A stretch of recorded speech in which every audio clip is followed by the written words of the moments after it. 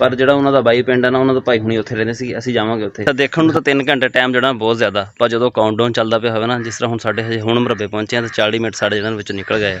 ਐਵੇਂ ਗਾੜ ਕੇ ਡਿੱਗੇ ਵਿੱਚ ਇਹਨਾਂ ਦੇ। ਹੁਣ ਚਲਾਵਾਂਗੇ ਫਿਰ ਪਤਾ ਲੱਗੇਗਾ ਕੀ ਕਰਦਾ ਵਾ। ਦੁਪਹਿਰ ਜਦੋਂ ਵਾਪਸ ਆਇਆ ਨਾ, ਮੈਂ ਵਲੌਗ ਬਣਾਉਂਦਾ ਇਸ ਫੋਨ ਦੇ ਨਾਲ, ਇਸ ਫੋਨ ਦੀ ਉਹਦੀ ਬੱਸ ਹੋ ਗਈ ਸੀਗੀ। अस्सलाम वालेकुम, की हाल चाल है जी ਤੁਹਾਡਾ। उम्मीद करदा सारा ठीक ठाक हो गया। अल्लाह ताला दा फजल ते करम दे नाल शुरू करदे अज दा व्लॉग। अज ना असीं जाना सी साडे नाल पिंड आ, उत्थे वायरिंग करन वास्ते। सफदरन ते मैं साडा सारा प्रोग्राम हो गया कैंसल। रात सानूं तकरीबन 10 वजे फोन आया भाई खालिद होना दा भी उन्हां दे भाई फोत हो गए। आप ते हो रहिंदे आ करूरकोट शहर, पर जिहड़ा उन्हां दा बाई पिंड है ना, उन्हां दे भाई हुणी उत्थे रहिंदे सी। असीं जावांगे उत्थे, दिखावांगे तुहानूं किहड़ी जगह ते रहिंदे सीगे। उस तो पहलों असीं अपने काम जिहड़े सारे निपटाने आ, खास कर मरब्बे उन्हां पट्ठे लैके आने आ। साडे कोल तकरीबन हैगे पौने 3 घंटे, जिहदे विच सानूं 1.5 घंटा मस्ट चाहीदा वा घर वापस आके तैयार होकर जाने वास्ते। सानूं तकरीबन सफ़र करना पैना 50 किलोमीटर। चलते हैं हुण, पहले अपने काम निपटाइए सारे तो फिर निकलते हैं। मोटरसाइकिल की चैन वगैरह नूं तेल देनी।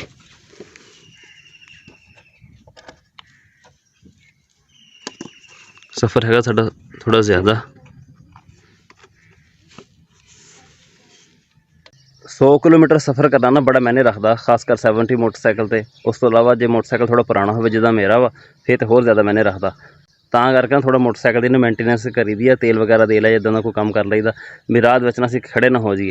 ਉਹ ਤਾਂ ਸ਼ੁਕਰ ਹਜੇ ਕੱਲ ਸ਼ਾਮੀ ਨਾ ਮੋਟਰਸਾਈਕਲ ਨੂੰ ਬੈਰਿੰਗ ਵਗੈਰਾ ਪਾ ਲਿਆ ਤੇ ਮੋਟਰਸਾਈਕਲ ਜਿਹੜਾ ਨਾ ਸਾਡਾ ਓਕੇ ਹੋ ਗਿਆ। ਮੈਂ ਰੇੜੀ ਬੰਨ ਲਈ ਸੀ ਮੋਟਰਸਾਈਕਲ ਤੇ ਚੱਲਦਾ ਸੀਗਾ, ਸ਼ੁਕਰ ਹਜੇ ਆ ਗਿਆ ਵੀ ਕਹੀ ਤੇ ਚੁੱਕੀ ਨਹੀਂ, ਹਜੇ ਨਜ਼ਰ ਪੈ ਗਈ ਕਹੀ ਤੇ। ਕਿੱਧਰੋਂ ਆਉਂਦੇ ਪਏ ਸਵੇਰੇ ਸਵੇਰੇ? ਕਿੱਧਰੋਂ ਆਉਂਦੇ ਪਏ ਹੋ? ਅੱਛਾ ਸੈਰ ਸਪਾਟੇ ਕਰਕੇ। अच्छा देखने ਨੂੰ ਤਾਂ 3 ਘੰਟੇ ਟਾਈਮ ਜਿਹੜਾ ਬਹੁਤ ਜ਼ਿਆਦਾ, ਪਰ ਜਦੋਂ ਕਾਊਂਟਡਾਊਨ ਚੱਲਦਾ ਪਿਆ ਹੋਵੇ ਨਾ, ਜਿਸ ਤਰ੍ਹਾਂ ਹੁਣ ਸਾਡੇ ਹਜੇ ਹੁਣ ਮਰੱਬੇ ਪਹੁੰਚੇ ਆ, ਤਾਂ 40 ਮਿੰਟ ਸਾਡੇ ਜਿਹੜਾ ਵਿੱਚੋਂ ਨਿਕਲ ਗਏ ਆ। 6 ਤੋਂ ਲੈ ਕੇ ਨਾ 7:30 ਵਜੇ ਤੱਕ ਨਾ ਅਸੀਂ ਦੁਬਾਰਾ ਵਾਪਸ ਘਰ ਪਹੁੰਚਣਾ ਵਾ, ਤਾਂ ਜਾ ਕੇ ਸਾਡਾ ਜਿਹੜਾ ਟਾਈਮ ਰਲੇਗਾ। ਉੱਤੋਂ ਮੌਸਮ ਵੀ ਜਿਹੜਾ ਨਾ ਬੜਾ ਖ਼ਰਾਬ ਹੋਇਆ ਖੜਾ। ਰਾਤੀ ਵੀ ਇੱਕ ਵਾਰੀ ਕਣੀਆਂ ਆਈਆਂ ਥੋੜ੍ਹੀਆਂ ਜਿਹੀਆਂ, ਮੰਜੇ ਸੰਜੇ ਚੁੱਕ ਕੇ ਅੰਦਰ ਕੀਤੇ, ਮੁੜ ਕੇ ਹਟ ਗਈਆਂ। ਦੁਬਾਰਾ ਫਿਰ ਮੰਜੇ ਬਾਹਰ ਕੱਢ ਕੇ ਫੇਸ ਹੋ ਗਏ। ਜਿੱਦਾਂ ਸੌਣ ਭਾਦੋ ਹੈਗੀ ਆ, ਤੇ ਰਾਹ ਦੇ ਵਿੱਚ ਵੀ ਕਿਤੇ ਵੀ ਨਾ ਮੌਸਮ ਖ਼ਰਾਬ ਹੋ ਸਕਦਾ ਅਚਾਨਕ। ਅਸੀਂ ਮਰੱਬੇ ਵਾਪਸ ਆਉਂਦੇ ਪਏ ਆ, ਤੇ ਲੋਕੀ ਹਜੇ ਮਰੱਬੇ ਨੂੰ ਜਾਂਦੇ ਪਏ ਆ। 7:05 ਹੋ ਗਏ। ਆਪਣੇ ਵੱਲੋਂ ਅਸੀਂ ਬੜੀ ਜਲਦੀ ਕੀਤੀ ਹੈ, 5 ਮਿੰਟ ਸਾਰੇ ਬਚਾ ਸਕੇ ਅਸੀਂ ਆਪਣੇ ਟਾਈਮ ਦੇ ਵਿੱਚ। ਲੋਕੀ ਸਪਰੇਅ ਕਰਨ ਲੱਗੇ ਹੋਏ, ਹਾਲਾਂਕਿ ਉੱਤੇ ਇੰਨਾ ਬੱਦਲ ਹੋਇਆ, ਪਰ ਲੋਕਾਂ ਨੂੰ ਪਤਾ ਵੀ ਬੱਦਲ ਹੀ ਹੁੰਦਾ, ਬਾਰਿਸ਼ ਕੋਈ ਨਹੀਂ ਆਉਂਦੀ ਹੈਗੀ। ਬੜੇ ਇਤਮਾਨਾਨ ਦੇ ਨਾਲ ਲੱਗੇ ਹੋਏ ਆ। ਜਲਦੀ ਕਰਦੇ ਕਰਦੇ ਨਾ ਸਾਨੂੰ 8:05 ਹੋ ਗਏ। ਨਾਸ਼ਤਾ ਅਸੀਂ ਕਰ ਲਿਆ, ਬਸ ਚਾਹ ਪੀ ਲਈਏ, ਚਾਹ ਪੀ ਕੇ ਨਿਕਲੀਏ। ਪੂਰੇ 9 ਵਜੇ ਜਨਾਜ਼ਾ ਵਾ, ਤੇ ਸਾਨੂੰ 50 ਕਿਲੋਮੀਟਰ ਦਾ ਤੇ 55 ਮਿੰਟ ਰਹਿ ਗਏ ਸਾਰੇ ਪਿੱਛੇ। ਸੜਕ ਵੀ ਸਿੱਧੀ ਕੋਈ ਨਹੀਂ ਨਾ, ਸੜਕ ਸਿੱਧੀ ਹੋਵੇ ਨਾ ਫਿਰ ਵੀ ਟਾਈਮ ਥੋੜਾ ਲੱਗਦਾ। ਮੋਟਰਸਾਈਕਲ ਅਸੀਂ ਪਾ ਲਿਆ ਕੱਚੇ ਰਾਹ ਤੋਂ। ਪੱਕੇ ਰਾਹ 'ਤੇ ਵੀ ਖੱਡੇ ਸੀਗੇ, ਜੇ ਖੱਡਿਆਂ 'ਚ ਜਾਣਾ ਤਾਂ ਫਿਰ ਕੱਚੇ ਰਾਹ ਤੋਂ ਕੀ ਪੱਕਾ ਕੀ। ਖੱਡੇ ਇੱਧਰੋਂ ਵੀ ਹੈਗੇ, ਪਰ ਇੱਧਰੋਂ ਹੈ ਵੀ ਇਹ ਹੈਗਾ ਸ਼ਾਰਟਕੱਟ ਥੋੜ੍ਹਾ ਜਿਹਾ, ਥੋੜ੍ਹਾ ਅਸੀਂ ਨਾ ਜਲਦੀ ਪਹੁੰਚ ਜਾਵਾਂਗੇ। ਜੰਪ ਤਾਂ ਸਾਨੂੰ ਉੱਧਰੋਂ ਵੀ ਲੱਗਣੇ ਸੀ, ਇੱਧਰੋਂ ਵੀ ਲੱਗਦੇ ਪਏ ਆ।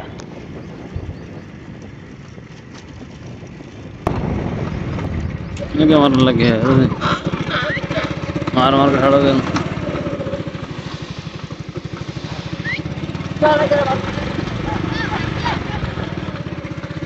ਰਾਹ ਦੇ ਦੋ ਓਏ, ਅੱਗੇ ਲੇਟ ਹੋਏ ਫਿਰਦੇ ਹਾਂ।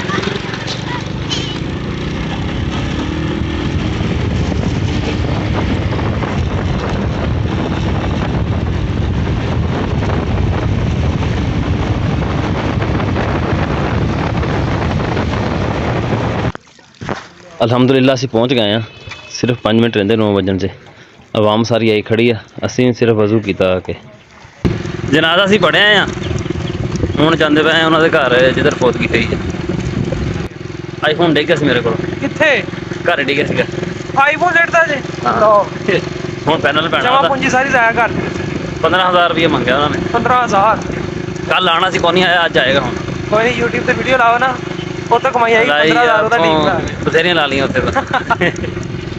ਅਸੀਂ ਪਹਿਲੀ ਵਾਰੀ ਆਏ ਆ ਨਾ, ਤੇ ਸਾਨੂੰ ਘਰ ਜਿਹੜਾ ਨਾ ਥੋੜਾ ਮੁਸ਼ਕਿਲ ਲੱਭਿਆ ਵਾ। ਵੈਸੇ ਪਿੰਡ ਜਿਹੜਾ ਨਾ ਕਾਫੀ ਵੱਡਾ ਵਾ, ਪਰ ਬਹੁਤ ਜ਼ਿਆਦਾ ਜਗ੍ਹਾ ਵਿੱਚ ਖਾਲੀ ਪਈ ਆ। ਇਹ ਸਾਰਾ ਇਲਾਕਾ ਹੈਗਾ ਰੇਗਿਸਤਾਨ ਦਾ। ਅੱਜ ਕੱਲ੍ਹ ਟਿੱਬੇ ਸਾਰੇ ਵਿਹਲੇ ਪਏ ਆ, ਨਾ ਚਣੇ ਵਗੈਰਾ ਹੈ ਨਹੀਂ ਗੇ। ਹਜੇ ਗੁਬਾਰੇ ਦੀ ਜਿਹੜੀ ਪਤਾ ਨਹੀਂ ਕਾਸ਼ਤ ਹੋਈ ਹੈ ਜਾਂ ਨਹੀਂ ਹੋਈ, ਪਰ ਫਿਲਹਾਲ ਟਿੱਬੇ ਜਿਹੜੇ ਨਾ ਬਿਲਕੁਲ ਉਹ ਜਿੱਥੇ ਤੱਕ ਨਜ਼ਰ ਜਾਂਦੀ ਹੈ ਸਾਰੀ ਰੇਤਾ ਹੀ ਰੇਤਾ ਪਈ ਹੈ।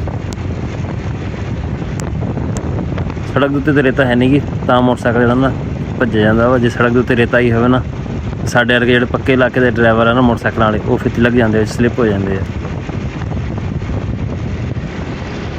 ਜਨਾਜ਼ਾ ਵਗੈਰਾ ਭਗਤਾ ਕੇ ਨਾ ਅਸੀਂ ਹੁਣ ਰਾਹ ਦੇ ਵਿੱਚ ਖੜੇ ਹਾਂ, ਥੋੜ੍ਹਾ ਸਾਹ ਲੈਂਦੇ।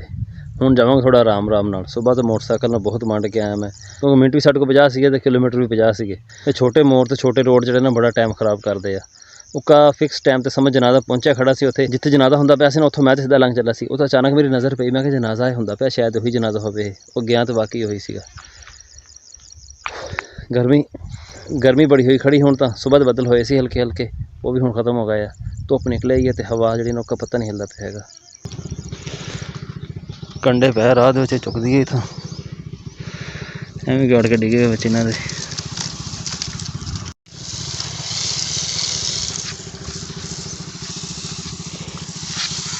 ਆਏ ਲੱਗ ਗਿਆ।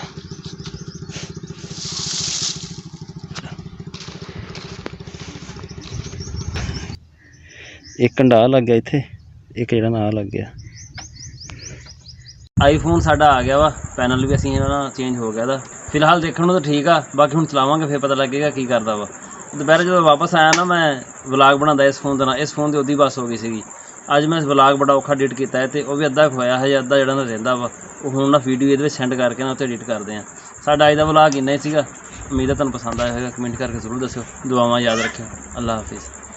ਹੁਣ ਐਡੀਟਿੰਗ ਕਿਤੇ ਕਰਾਂਗੇ ਅਸੀਂ।